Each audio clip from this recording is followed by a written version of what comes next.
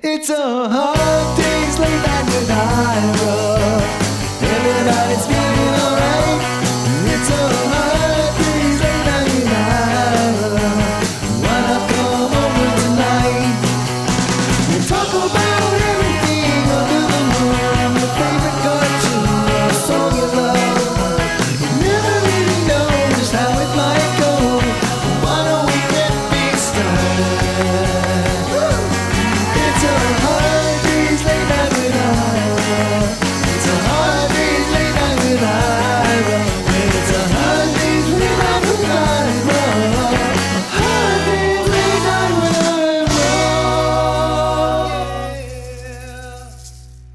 Ira. You know, I've been living here in Sarasota, Florida for a while now, and I never cease to be amazed by the characters I meet here and the kind of maverick attitude. People are not afraid to break the rules, offer you a novel shopping experience.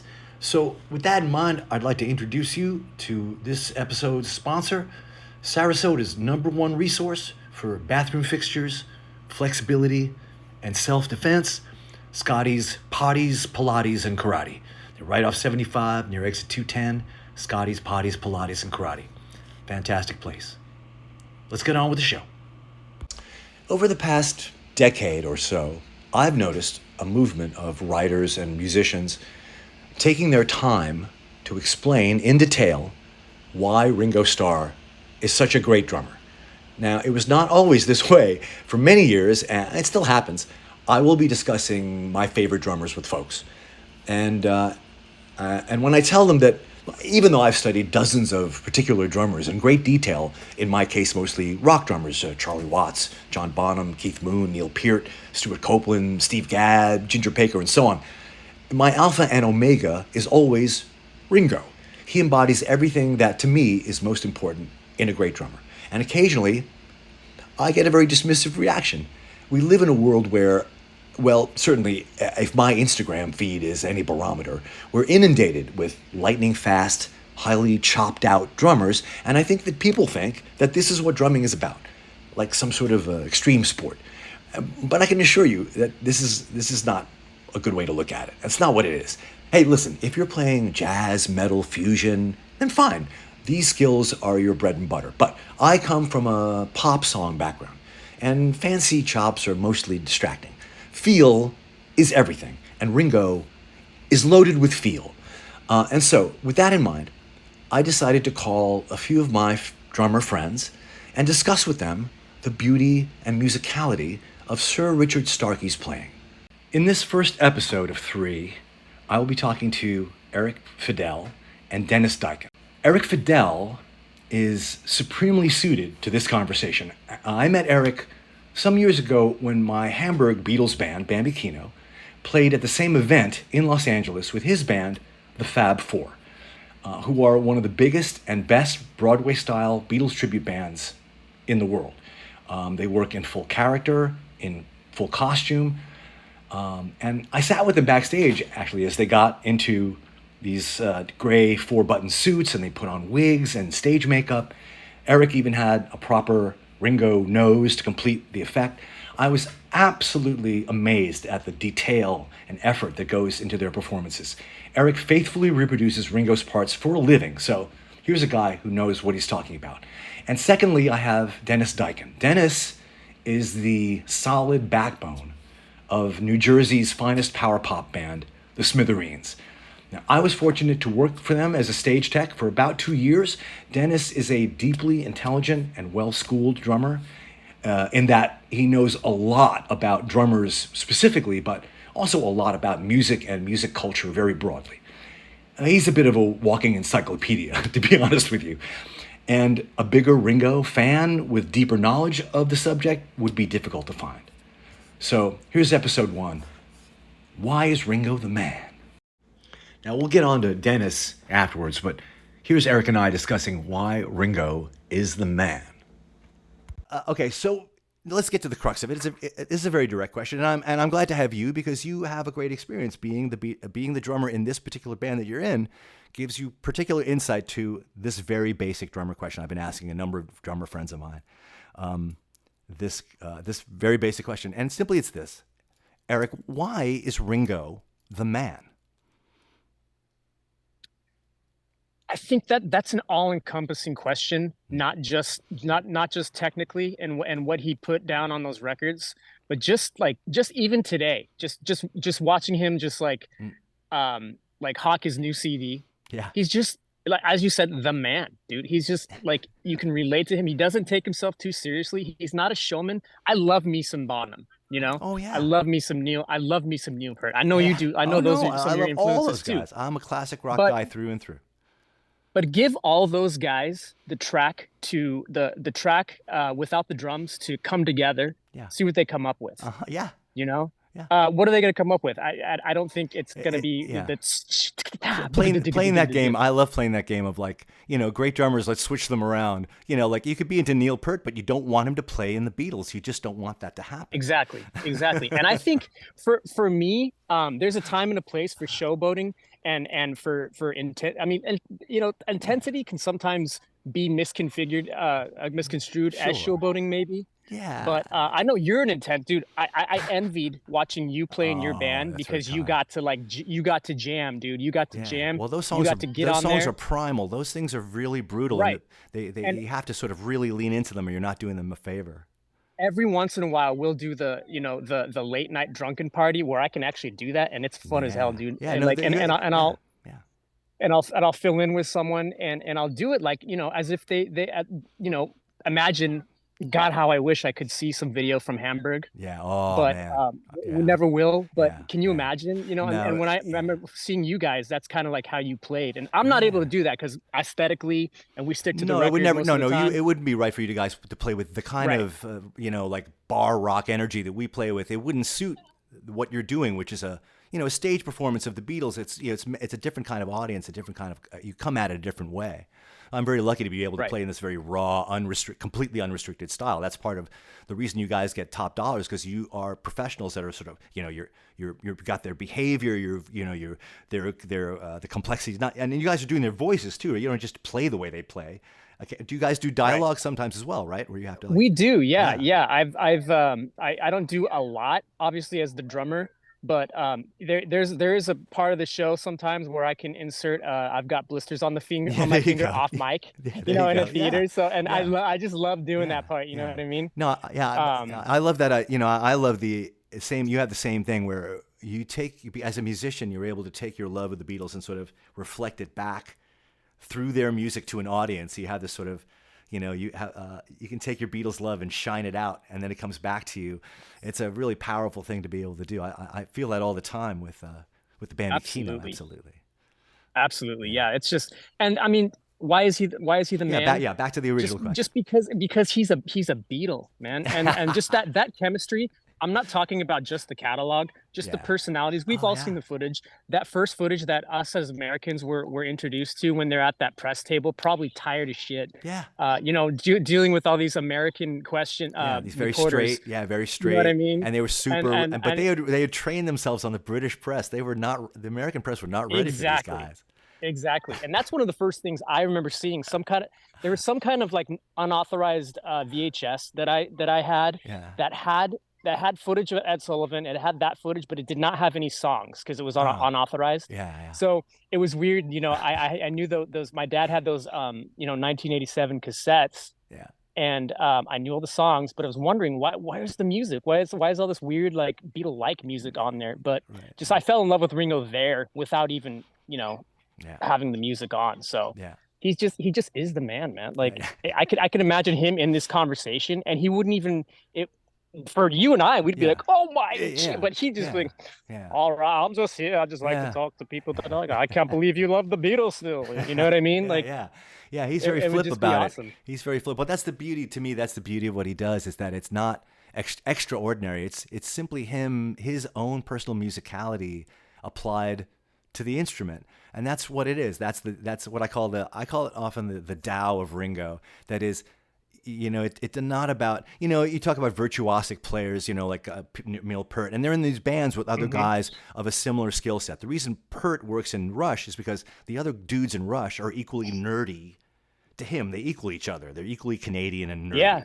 and but in the Beatles there I was like it. yeah, you know what I'm saying, and so that symmetry would be broken if any one of them was, let's say, in the Beatles, for example. And the same thing with the Beatles. There was once they had that thing going. John, Paul, George clearly had this thing, and they're like, one of these things is not like the other. Pete, what are you doing? Oh, I don't know. Like, you know, and he wonders why he got fired. So, and then Ringo showed up, and you could see the energy, like they just exploded. Their personality, they were so charismatic. And, you know, so his little extra, you know, had a great sense of humor, had that wonderful, his bizarre turn of phrase where he says things kind of sideways, you know, irreplaceable, Yeah. you know?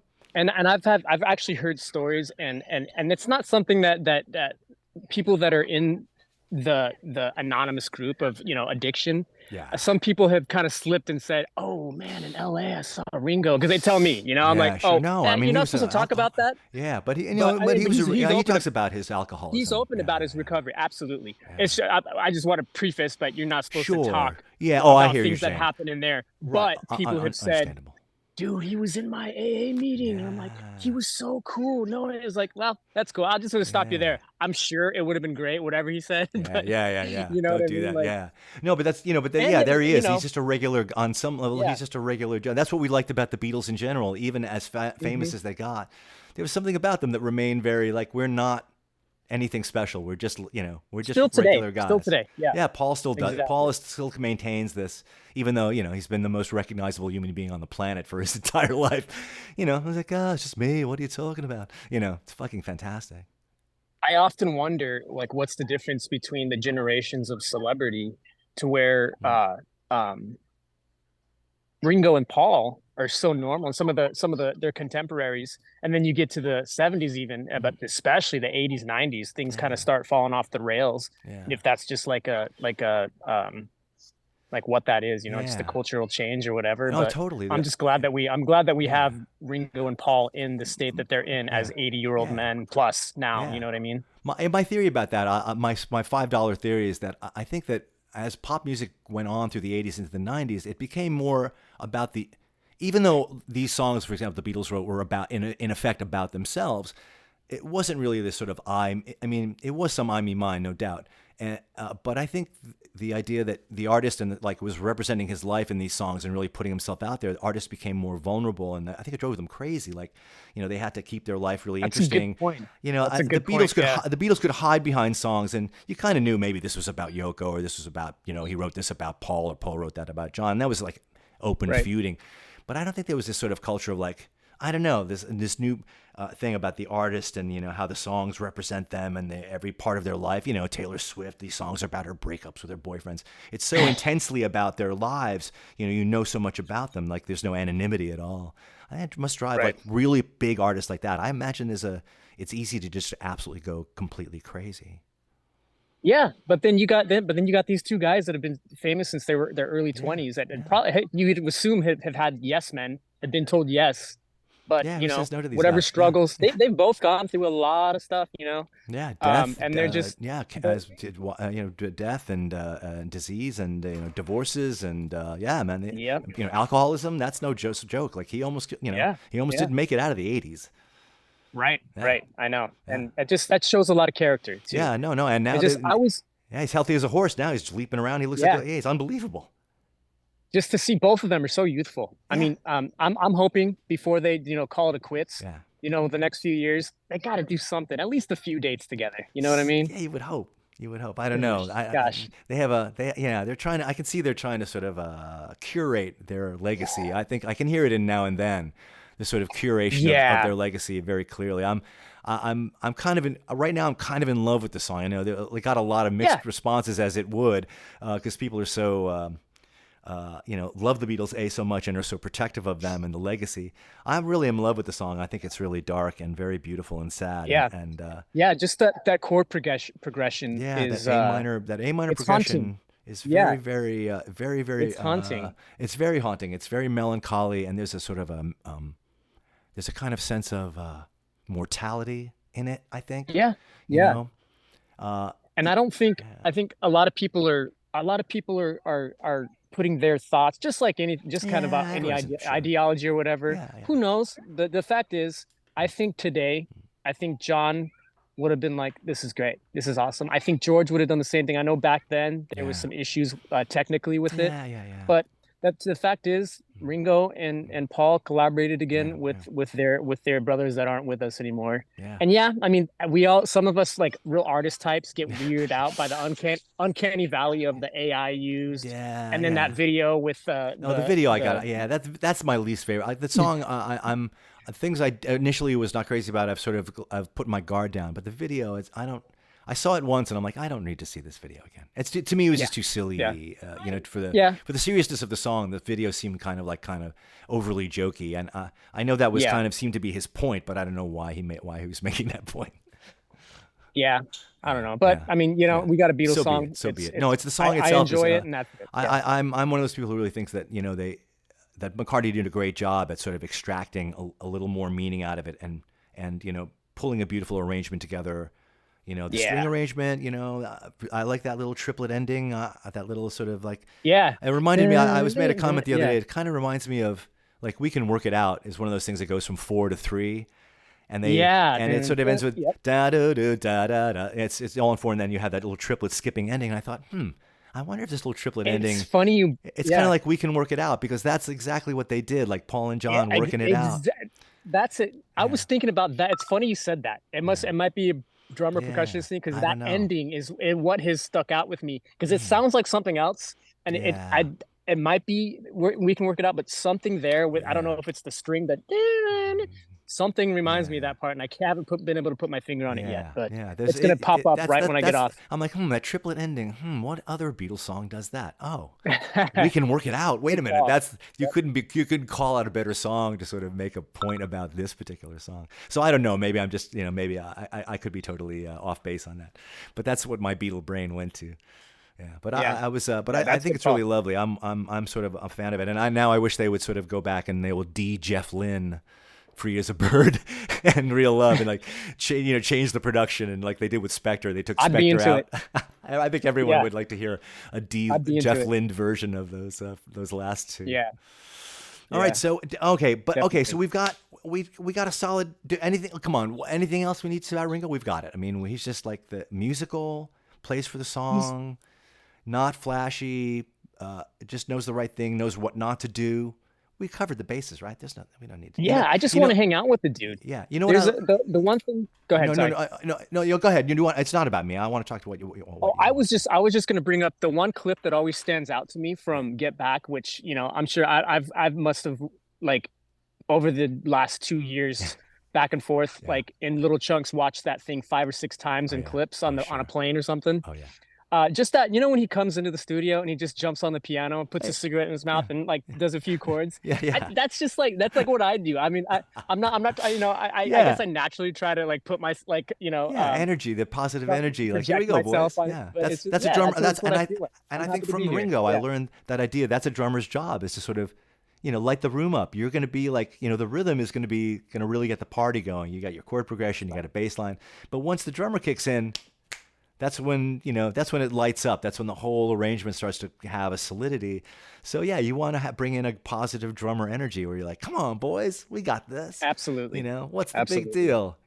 That's a great energy to have. And I think watching Ringo stuff like that sort of reminds you that your personal energy, helps, guide what happens when the mics go on. Yeah. I was thinking that. What was the comment I was going to make was that. Watching him, I can't remember now, but watching him in Let It Be, I loved his his unshakable. Even when he would come in, like, don't feel that well today. He was out drinking all night, but still, he's a fucking trooper, man. I was mentioning to you, I've been doing press for this Rubber Soul thing, and someone had asked me. They brought up the quote that I think it was Lennon, who said on somewhere that said, "Well, he's not even the best drummer in our band." I can't. Okay, I'm going to keep doing this, like, 'cause you're not the first guy to do this to me, and I'm going to be the guy that tells you, "Don't worry, John Lennon did not ever say that. None of the Beatles ever." Did he not? That. Okay, it sounds. I know I've heard that. Okay, thank you. I'll be honest. It sounds like the sort of dismissive, sarcastic, funny thing that John would in fact say. But the truth of the matter, and I've looked this up because this has come up a number of times. And the bottom line is that it was a stand-up comedian from the 80s who used that in his act. And over time, it's a very funny line. And it over time got attributed to John, but I guarantee you John didn't say it. I wish we would have had this conversation before then. I'm glad that, dude, this is probably the best thing besides like not seeing you for like 10 years. Best thing I got out of this, I think. Yeah, no, I'm going to use that. Definitely. It's an important point because the fact of the matter is John, and you can probably find, I think Mark Lewison himself, the author, wrote an article about this particular point. He goes, John had ultimate and utmost respect for Ringo and his. Is he the big thick one, right? The one like from like. Probably he wrote Tune In. He wrote that Tune In is that first of 3 books. Gotcha. Yeah. He is like the predominant Beatle historian in the world today. A lovely guy. I've met him a couple times, and we recorded a single with him recently. Hilarious. Oh, cool. We did. There's an old single the Beatles. I think the Beatles used to play it. I don't know if they played this particular song, but they were into. There was an old British band called Ian Brown and the Brothers. Ian Brown and the Brothers were basically like a kind of a ukulele Liverpool, just the side of a skiffle act, and they had a couple of singles and the friends of the Beatles. And so we covered one of their songs, and we had Mark Lewison. Bambi Kino covered one of their songs, and we had Mark Lewison sing the vocal on it. Hilarious. Oh, that's awesome. He's a very funny guy. He also wrote a biography of Benny Hill. If you're into Benny Hill, he wrote a huge bio of Benny Hill. So he's a very funny guy and a very musical guy. That's cool. And I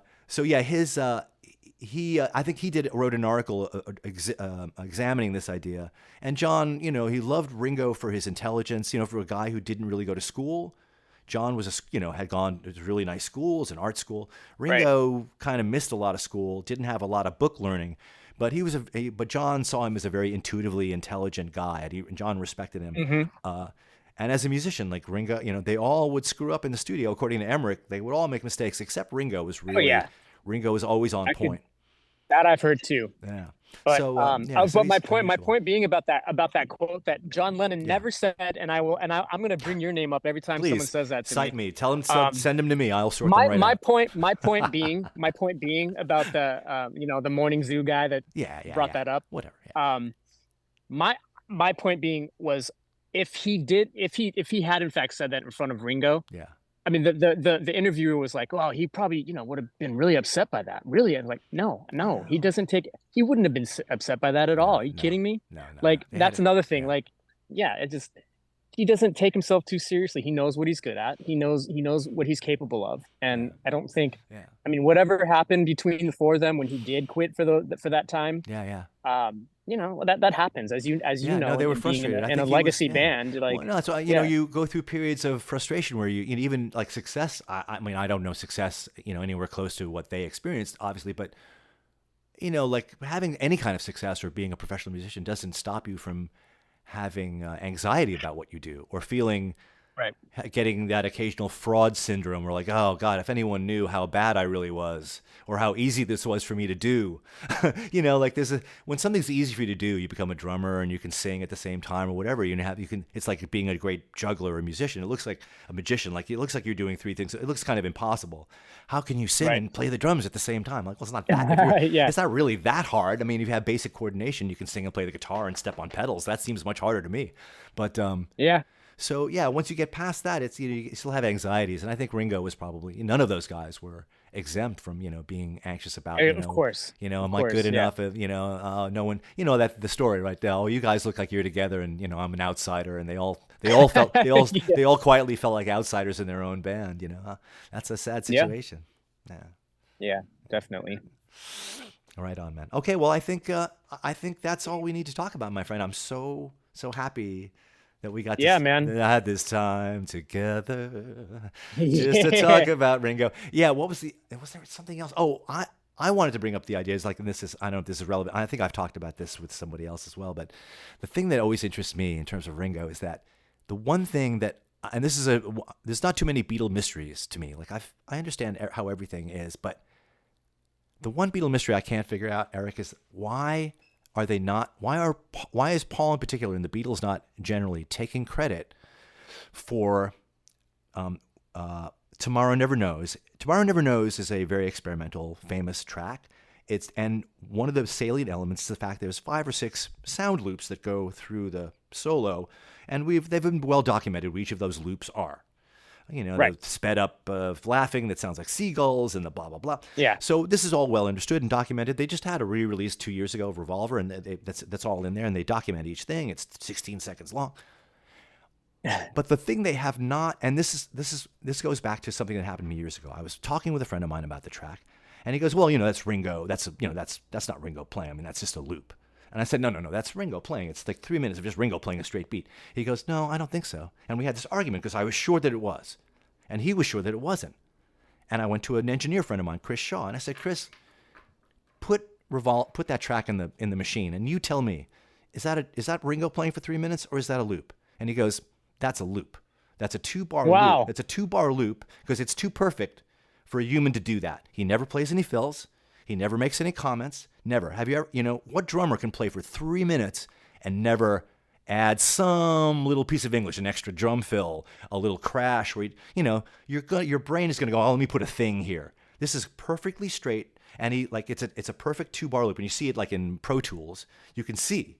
And it's a 2-bar loop of Paul and Ringo playing like Paul's just playing like C, boom, boom, boom, boom, boom, boom, straight on doing his thing. So the one thing that the Beatles can take credit for that they for some reason have not is the invention of the drum loop. Because as far as I can tell, there is no precedent any song in the pop in any arena.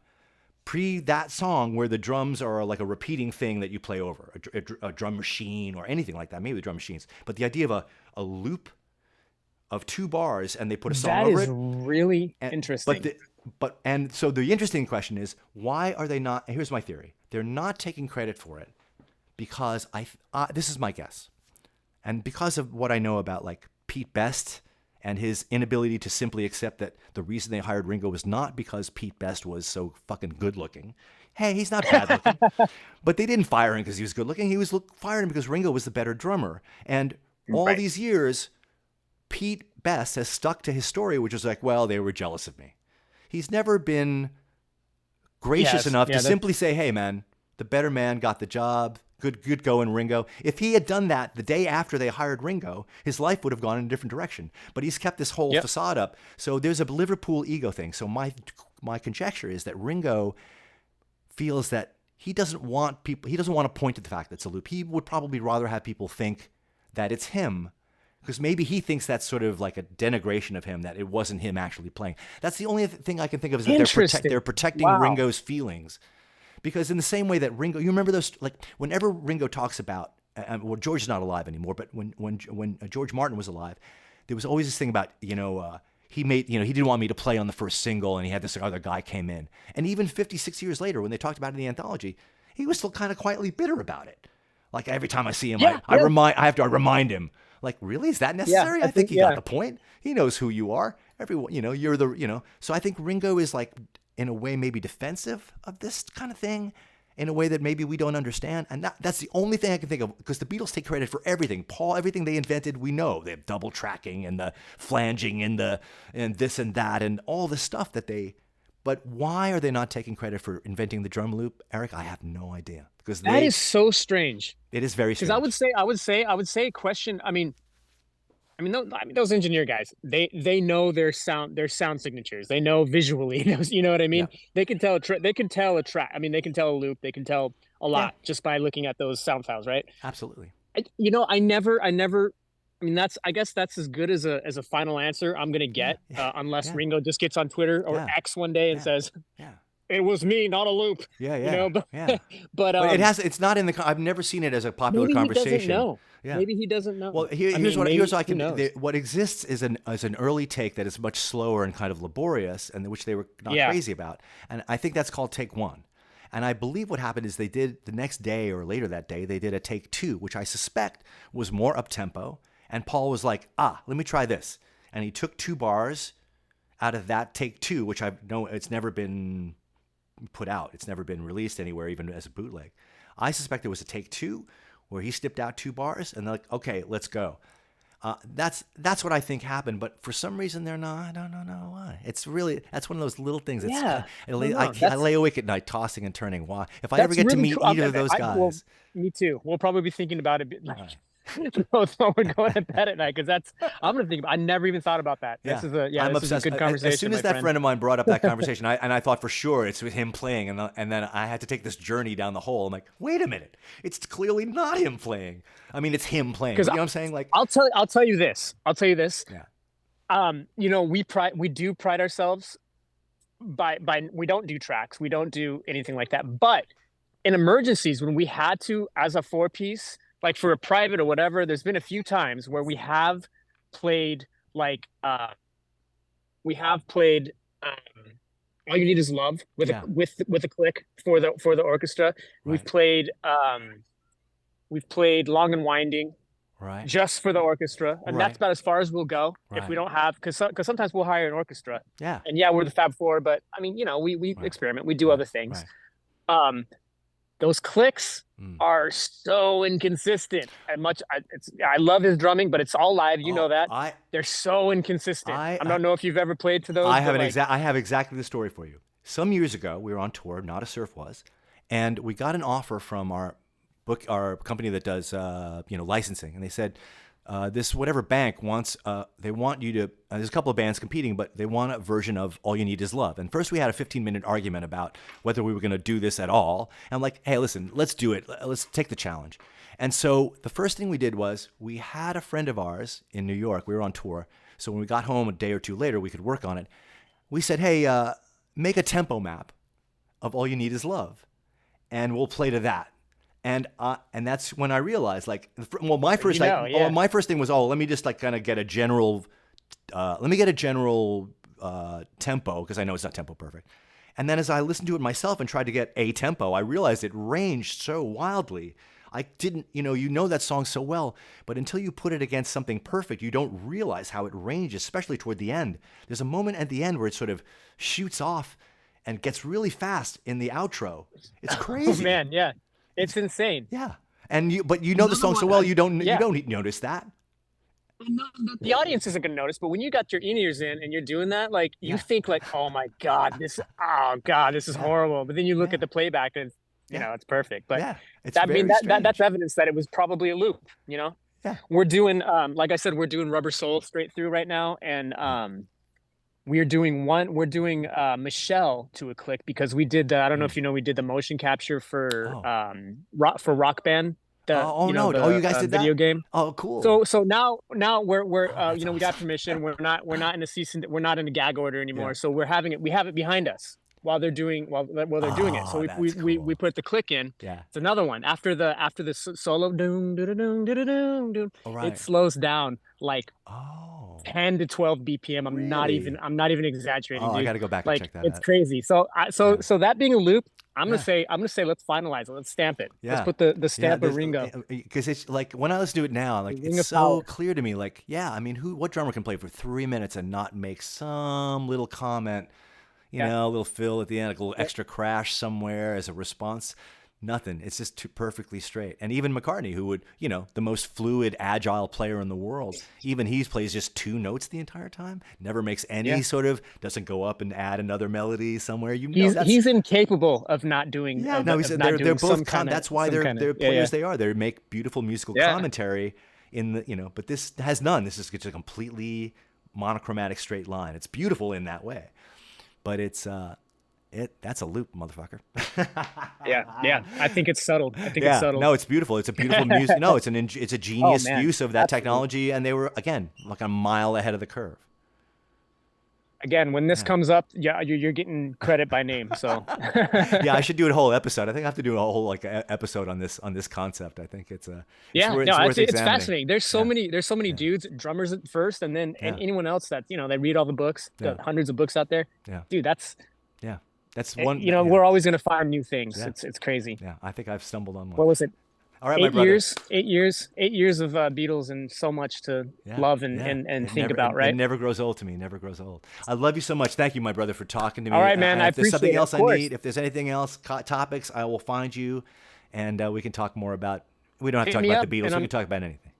Yeah, man. I'm sure I told you a long time ago. I used to buy you guys' records. So I remember there was a record store. It was my like my favorite thing ever. Every Tuesday, right across the street from my high school. And what Yeah. was the one that came out in I want to say 2002 or 2003? That's probably Let Go. I think the one with the Let Go. blue Yeah. cover with the Yep. little I dots on the remember. bottom. Yep. Yeah, that's Yep. early hmm 2000, I 2000, remember getting that. 2001, something Heck like yeah, that. man.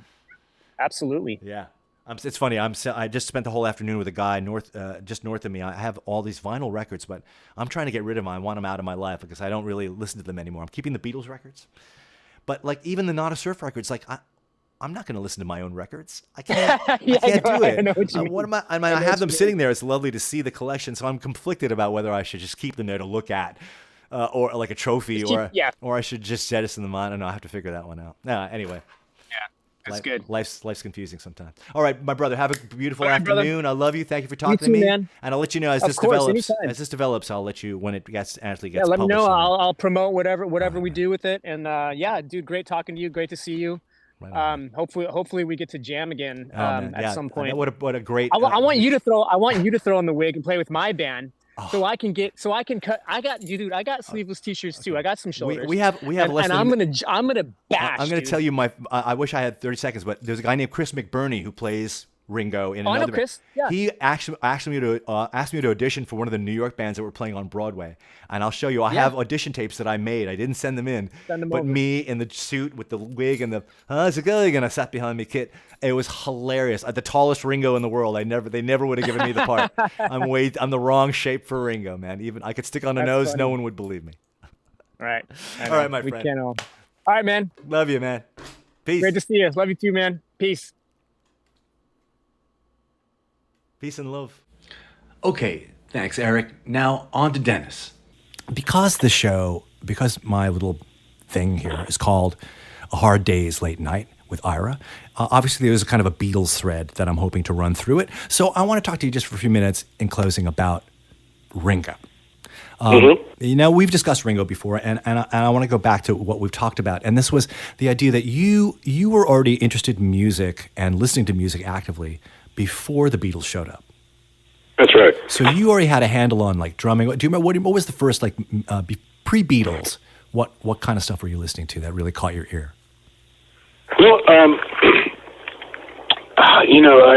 I mentioned before, American Bandstand around 61, 62, I was really enjoying the Twist and the Four Seasons records, Leslie Gore, the Beach Boys, the Phil Spector records, and early Motown. And by the way, I want to plug this for you because you put out a record a couple of years ago called Late Music, which is full of these influences. And it's a fantastic record, and people should go listen to it because it's really beautiful. Thanks. Yeah. Thank you. I was really drawn to the rhythm of those records, and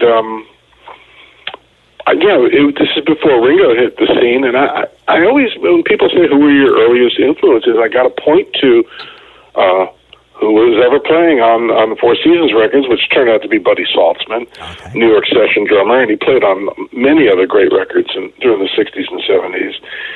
Buddy Saltzman, Hal Blaine was on the Phil Spector records. Saltzman is his name?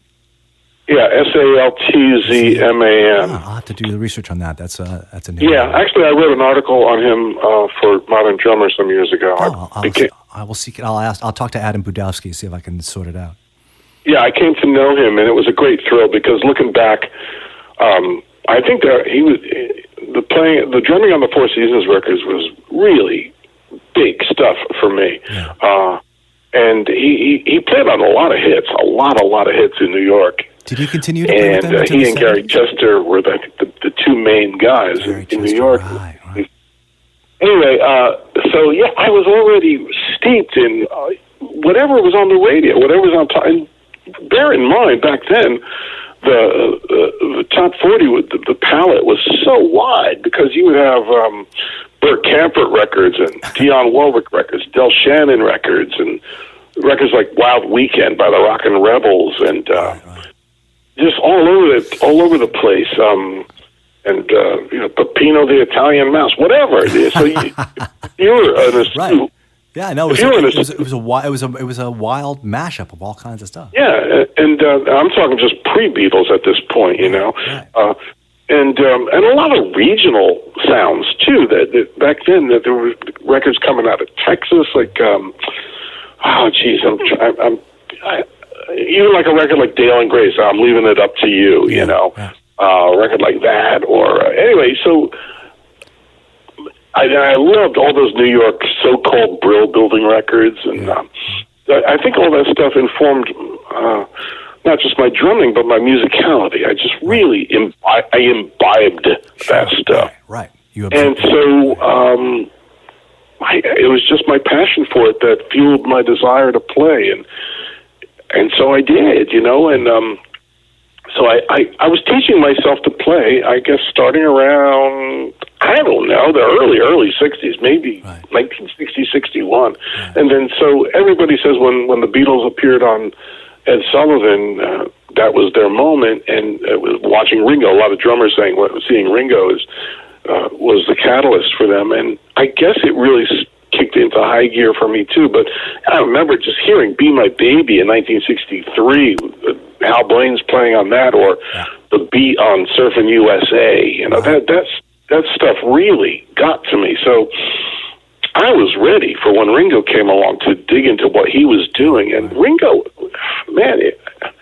as you know, there's just no other player like Ringo. Yeah. And he was he was visible in a way that these other drummers like Hal Blaine and all these session guys, we never saw them. I mean, you could hear what they sounded like. But Ringo, we could see him in the flesh. You could see him like the way he played, this big smile on his face, the sort of, just this sort of loose-wristed head going side to side, like to watch him play was also really transformative. You're absolutely right. Even though there were musical groups that appeared on TV prior to that, they were the first real focus of four guys up there playing their instruments, and you saw them repeatedly. And you were able to really watch what they were doing.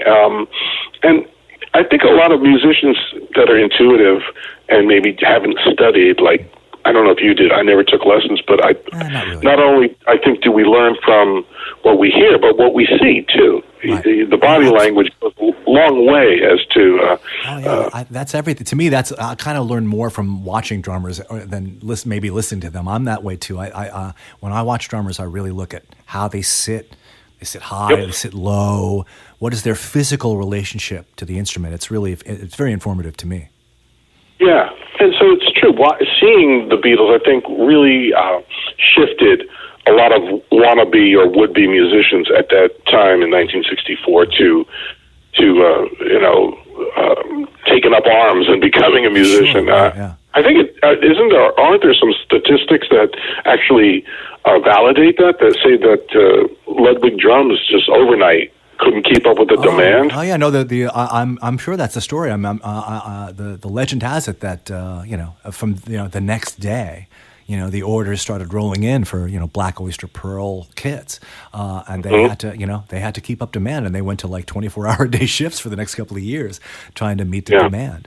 And I think that's the reason Ludwig has a reputation for drums made in that period can be a little bit dicey. Some of them they all sound good, but some of them are there's some quality control issues. Because they were producing them so quickly they couldn't even. Like the serial numbers, for example, is like if you were trying to sort of date a Ludwig drum, it can be rather confusing because they would use up whatever they had. I mean, Ringo's snare drum is a great example. Like he wanted a wood drum, and they gave him this particular drum, which was kind of, not the usual drum you would have got if you'd bought that kit that Ringo had. You would have, if you'd ordered in a catalog, for example, I think you would have gotten probably a metal snare drum, like a Superphonic with it. Oh, really? Or if you ordered, the first kit he had was that little what was the smaller one, the 12-inch, 12, 14, 20 was the first couple of kits he had because that was his first size. Was the smaller drums, and if you'd order which they call the I can't remember now. I should know what it's called. But the 12-inch rack tom, the 14-inch floor tom, and the 20-inch bass drum. His first two kits were that, and if you ordered that, you would have gotten like a piccolo snare drum with that.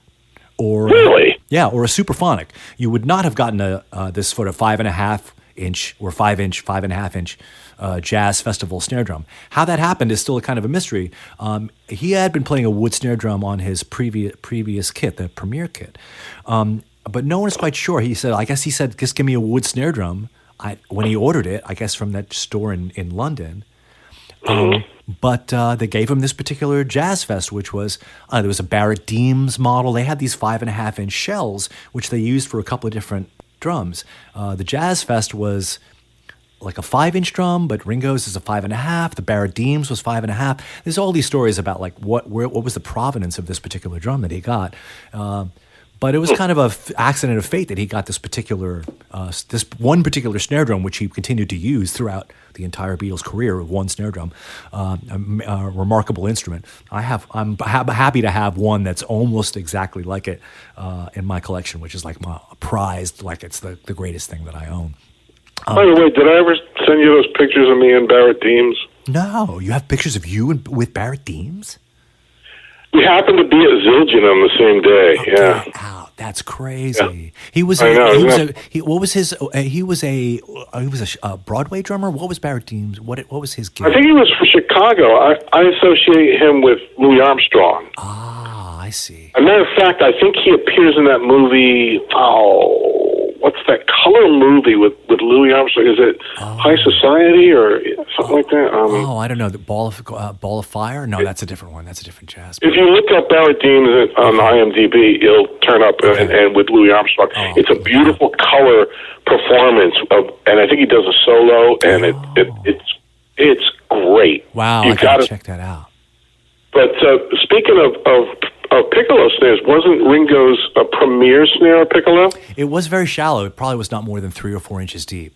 So it was shallow. It looked like it from the photos I've seen. And so I think he probably wanted to, I don't know, I'm guessing he wanted to stay with that a wood shell snare. Like I said, if you'd ordered a Ludwig kit at that time, you probably would have gotten a Superphonic. But they gave him that drum, and obviously he got along really well with it. And so he continued to use that as they kept buying him kits, but that's the snare drum that he used. Anyway, so my point of that was, I don't remember, but we were talking about Ringo and his sound and his influence. I mean, I think Ringo was. I mean, he's been kind of. Ringo has been described as like the Gene Krupa of his generation, where he gave focus to the drums and the drummer, as Gene Krupa did in the 30s and 40s. Absolutely. So he was the first. You had Sandy Nelson records prior to that, but those, I don't want to say they're novelty records, but they were novel in the way that they weren't a band record. They were drum centric records, but Ringo was the guy in the band. You knew he was driving the bus, and like you said, the visuals, you could tell he was having a ball. Oh my God! Yeah. And he swung like mad, and maybe we didn't know what that was when we were kids, but I think that also spoke to us and made us want to play. I said, wow, can I have that feel? Yeah. Can I have that feel? And that's why the Beatles records felt so good, and I think that's a key ingredient into the success of the Beatles records, of course, was Ringo's feel. Yes, absolutely. He channeled the joy of life and put it into his grooves. Yes. And you know what the thing is that I don't understand. We could chew on this for hours and days. Why he was slighted because he played simple. Well, that's what song players do. I mean, take any hit record, except for maybe the exception being like a Wall of Sound record where the drummer was instructed to really be extroverted in his field. I mean, Ringo's field was extroverted too. It burst with energy and joy. But take any pop record of the day, and there was no overplaying on those records. Ringo was so in the pocket and delivered what the song needed and created the foundation for his fellow musicians and for the vocalists, but with such style, and he did have technique. That's the thing that I don't understand, because if you listen to those things he does on "I Want to Hold Your Hand" at the end of the chorus, those little inventions that he does, I have a hard time playing those myself the way he did. Well, because he's a lefty, obviously playing on the right well, hand. That's not even being a lefty. His phrasing is very strange. Where you're doing the same thing with both hands, That's tough stuff to do. With Phil coming out of the bridge on "Tell Me Why." Tell Me Why. That's a very fast double-handed triplet. That is incredibly hard to do. I've tried that on a number of occasions. At that speed, that is not easy. You've got to have a really light touch to do it. Yeah, and the bits he does in "Not a Second Time." Again, they're great inventions and they're tricky. But for me, the ultimate Ringo performance will always be "Long Tall Sally." Long Tall Sally. Yeah, if you listen to his performance, which I believe was done by the band live in one take, his playing on there is so superlative. Yeah. It's a textbook example of a drummer. I think at the top of his game. He doesn't repeat any fills. Everything is accented so stylishly. Yes, I like to. That's the word I like to use with Ringo. He had a stylish approach to playing. Yes, it was. But it has grace and elegance about it. I'm sorry? It was like an elegance. There was a grace to his playing. I thought. Yeah, but on "Long Tall Sally," he's swinging, he's rocking, and every stop, every point in that song is addressed so perfectly and beautifully. And then he does those and the triplets in the outro, where he's sort of like hitting cymbals and then sort of switching between the toms and the snare drum. That's very complicated to do. I mean, I've tried it on a number of occasions. I sound like that, but I've never exactly the way Ringo does it. I have no idea. Yeah, I'm with you on that. I've even seen footage of it, and it's still very, very difficult to decipher. I can't do it either. I could fake it, but I think I know what he's doing, but it's still hard to do. Yeah. I was amazed by. I think one of the things that stands out for me. There's one. It's a later record. It must be on. I think it's on Rubber. Give me a second. I have it. I think it's the Word on Rubber Soul. That's great. And all those fills, and there are all these weird fills that start on an odd beat, and there's one extra little quaver in all of them. They're really hard to describe, and they're almost impossible to replicate as they are, because he does some weird. It's so fun to get the sunshine. Like any drummer would go da da da da dum. 1, 2, 3, 4, 5. Mm-hmm. But his have there's one extra little beat in there. I don't know what it is, but every time I listen to it, you can hear that it's slightly lopsided. It's completely unique to him. No other drummer sounds like that, and it works perfectly in context. But it's unorthodox. It's really unorthodox. Yeah. Well, also on that same album, the fills he does on "Think for Yourself" are really cuckoo. They're great.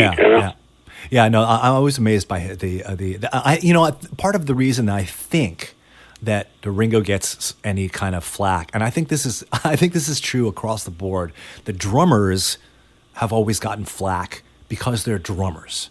There's this sort of running joke about drummers are Neanderthals, or there's hitting things, and therefore drummers are not really musicians. This sort of drummer jokes. I don't want to get all. I don't want. This is it's deep in the culture. It goes back. I actually just read a book recently, which you might really love, called, I'll send you a link to it. It's just the history of drum set drumming, going back to the late 19th century, where drummers drums came out of a military tradition. It was like a bass drum and a snare drum. And if you wanted to play both of them, you had to have the bass drum on one side of you, and you put the snare drum on a chair in front of you on a tilt, and you had one stick, and you'd go, I guess you'd play a foxtrot or whatever, like back and forth. You'd have a cymbal on top of the bass drum, and you'd have a snare drum on one side of you and the bass drum on the other, and that was it. They hadn't invented bass drum pedals yet. That didn't happen until, around 1900. People started to make their own. There's a lot of early patents, and then around 1909, I think, William F. Ludwig patented the first commercial bass drum pedal, and from there it was just took off. So that allowed drummers to sort of, get free up their hands completely, and play the bass drum with their foot, which up to that point had not been possible.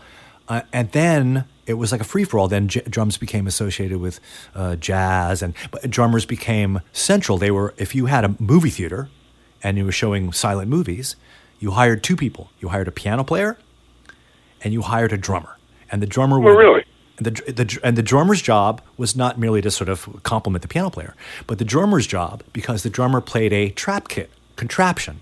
And the drummer's job was not merely to keep rhythm, but he had to do all the sound effects. So drummers were notorious for having like racks of, bells and whistles and all kinds of noisemakers. And they put on a big show. So drummers immediately got a reputation as being these showmen. They were the center of the show because no one had ever seen anything like it. And drummers, started spinning their sticks and doing all this showbiz stuff. They had a lot to do. But even so, at that time, drummers were looked down upon. Drums were not even considered any sort of serious musicological. If you'd read anything about musicology, for example, in the early 20th century, percussion instruments were not even discussed. They were below contempt. They didn't talk about them. They were not considered musical instruments. And there was a lot of, as drummers became sort of like a running joke in the 20s, jazz and drums, like you were a jazz band if you had a drummer. That was how you knew it was a jazz band. They had a drummer sitting there playing a drum set. And so at first, it was just noise. Everyone, it's this horrible racket, obviously. So drummers were always the low man on totem pole, even though the drummers were invariably the first guy there. They'd have to set up the most. They'd set up music in it for everybody else. They'd be the last guy out. They were the linchpin of the whole organization. But drummers were always like, oh, drummers, it's not even a real thing. So drummers have always sociologically been at this sort of like, they're not even, that guy that hangs around with musicians, a drummer, we don't even count. So I think I think Ringo sort of like as a drummer got some of that. Yeah, it could be, but I still think in the pantheon of drummers, he got short shrift. Even if he just it still happens. It absolutely still happens. A day doesn't go by where someone like I'll do it all the time where someone has to like, oh, he wasn't very good, was he? And all this, it's just you feel like I have to keep like defending him for some reason, even though he doesn't need defending. There's some other things that come into it too. I think a lot of established jazz drummers looked down on him, and that spread like wildfire. Because he played open. He didn't play. He played open-handed. That was kind of unusual. I always wonder where Ringo. Not so much that. I think just because, even session drummers, they were losing work to the self-contained bands too. Right. And I'll tell you, here's something really cool. I became friends with this guy named Joey Cass. Mm-hmm. He was a drummer from the old school. He was a jazz drummer, played all kinds of music. He was actually the road drummer for the Four Seasons in the '60s, and then he ended up playing on some of their records. He and I became friends. We have. He was cousins with my friend Dave Amels. He's since passed away. But anyway, I brought him to one of our New York drum lunches that we were having for quite a few years before the pandemic. And that sounds like fun.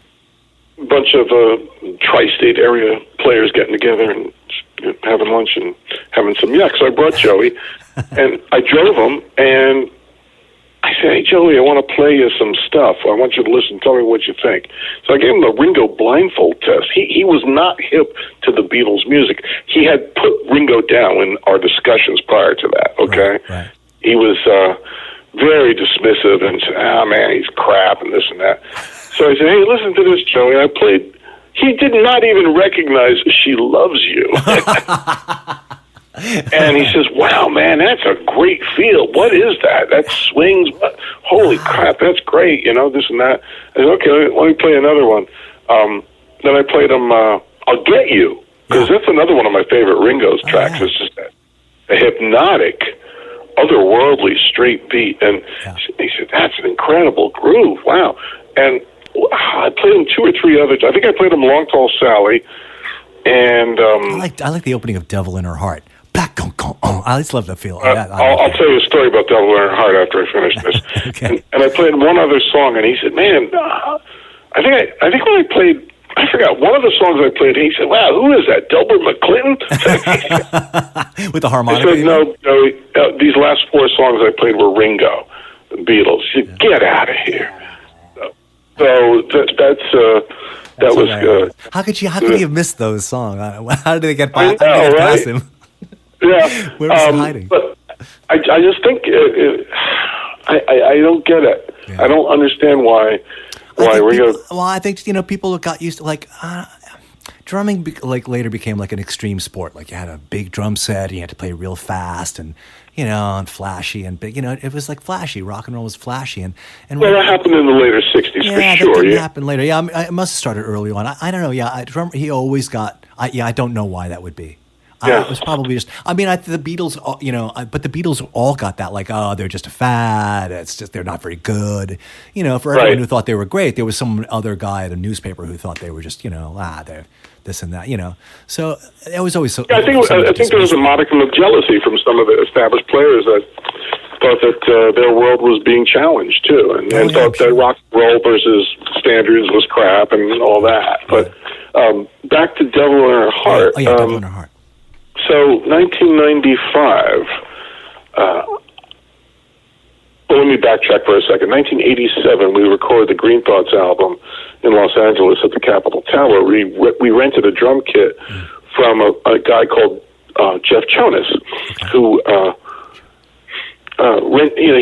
think at the time he had like a small warehouse where he was a tech and housed kits for people like Keltner and I forget who else. He had a bunch of clients and he rented gear. So we rented the kit. Not the drum doctor? Is that what you're talking about? No, that was Ross Garfield.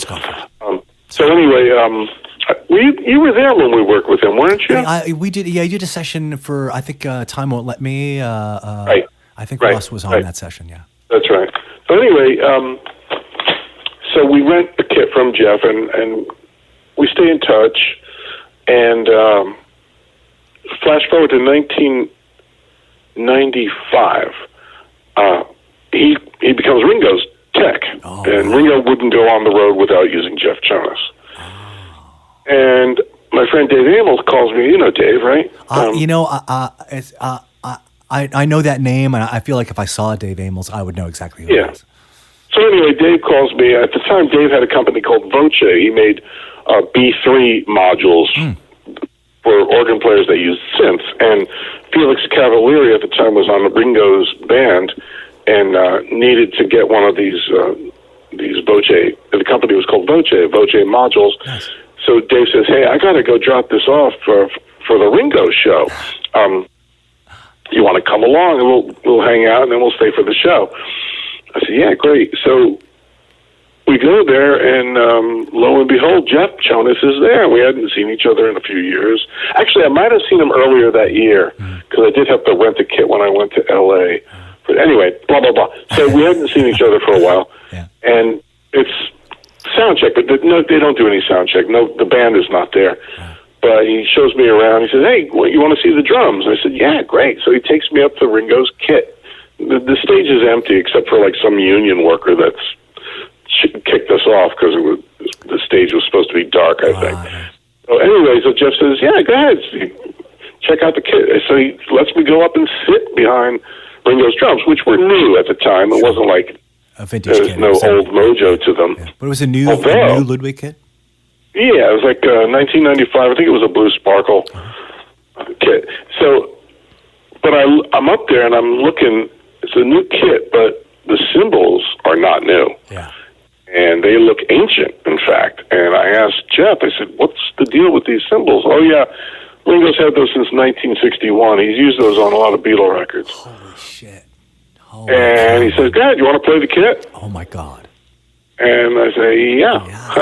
Yeah. And so I'm thinking, okay, I don't want to wear out my welcome. What would I really like to play on Ringo's drums and cymbals? And I played about 30 seconds of Devil in Her Heart. There you go.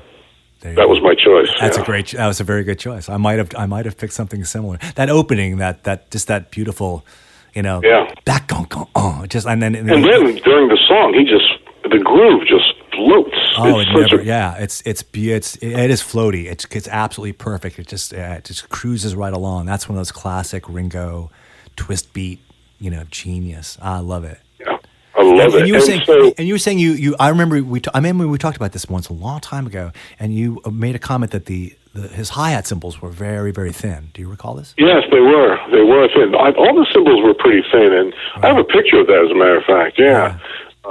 The cymbals were pretty tarnished and old, and pretty thin.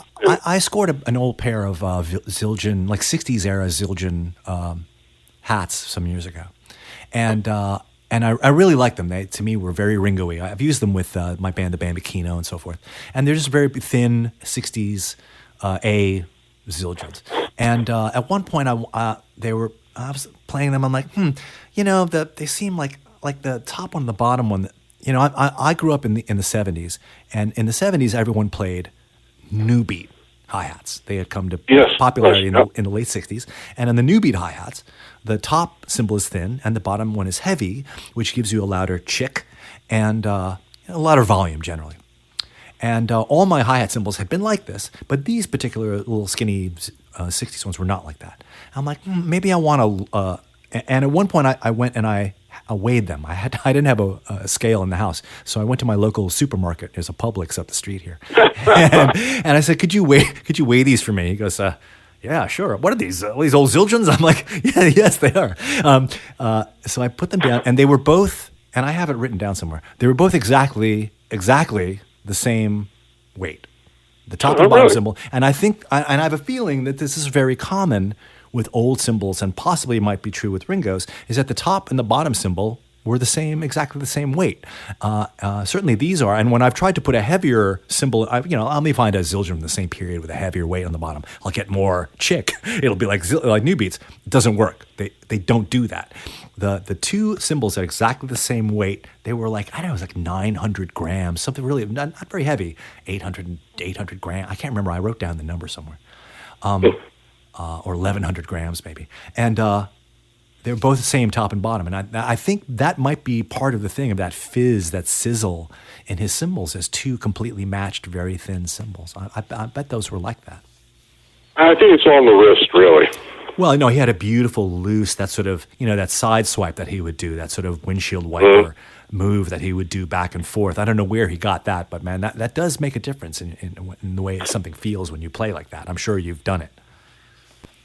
Yeah, it's pretty cool. And that whole sloshy hi-hat thing, I was always trying to figure out where he might have got that from. And Earl Palmer played like that in the 50s, you know? Right. Little Richard records, and a lot of jump blues drummers would play that way. So I'm thinking he probably got it from Earl Palmer. Yeah. And again, like... Or he just stumbled on it himself. I don't know. Well, well, maybe he had seen. I mean, I know the Beatles had gone to see guys like Little Richard when they played in England. Would Earl Palmer have been playing with Little Richard at the time? No, he would not. Yeah. See, I'm wondering, like, Earl was already entrenched in the L.A. studio scene. Yeah. So I don't know how he would have heard that in a recording. It is very audible if you listen to Long Tall Sally or Earl Palmer's thing. Yeah, I mean. I'm guessing that's where he heard it, or he might have just stumbled on it. Hey, this feels good, you know. Yeah. Well, it's a couple of things are a mystery to me. Even his playing, even that he plays his match grip playing. Ringo was the first drummer. Again, like on television, we'd seen there's been bands with drummers, obviously. Buddy Holly, all these different rock people had been on television before the Ed Sullivan Show. But all those guys, Elvis's drummer, all these guys were all traditional grip players. They all come from a sort of I don't know that DJ Fontana was. He might not have been, actually. To my understanding, I believe that Ringo was the first guy to show up on televiation playing match grip. That's what I've heard. I could be wrong. That's an interesting point. I'm going to have to research that because maybe you're right. Yeah. I don't know. I think that was pretty. I mean, that seems pretty unorthodox to me. It's pretty unorthodox, and I wonder how he arrived at that. I wonder if he had started at some point because he's pretty self-taught as well. So maybe he never, saw I mean, he must have seen, I was obviously watching other drummers. So I wonder how I'd like to ask him, that's one of those Ringo questions. I'd like to see how he landed on match grip, or if there was a period maybe early on where he played traditional grip and then it wasn't for him, or it was too complicated. And I don't know, that's an interesting little Ringo detail I'm not sure of. Yeah, that's a good point. If there were other drummers, be it on TV or not, that favored match grip. Yeah, I could be wrong about that. Again, I'm going to send you a link to this fantastic book about the history of drumming, drummers. It's like a sociological history of drumming in the 20th century, and wow. It's really I could not put it down. It's not a very long book, but it is. As a drummer, I couldn't believe that no one had sort of compiled all this information into one place. It was, the history of like how to, bass drum pedals, and then drummers, what were, the trap kit and what drummers' responsibilities were and how they were viewed, and, the popular, the drummer jokes go way back. That started way early on. It's deeply entrenched in drummers' cultures, like drummers are lesser than or something. So he takes apart all this stuff. You're going to enjoy this book very much. Well, I'd like to thank Erik Fidel and Dennis Diken for having these conversations about one of our favorite topics. Tune in to the next episode of A Hard Day's Late Night with Ira for my conversations with two more insightful and talented drummers. Till then, may your day's night not be overly hard. Bye, everyone. It's a hard day's late night.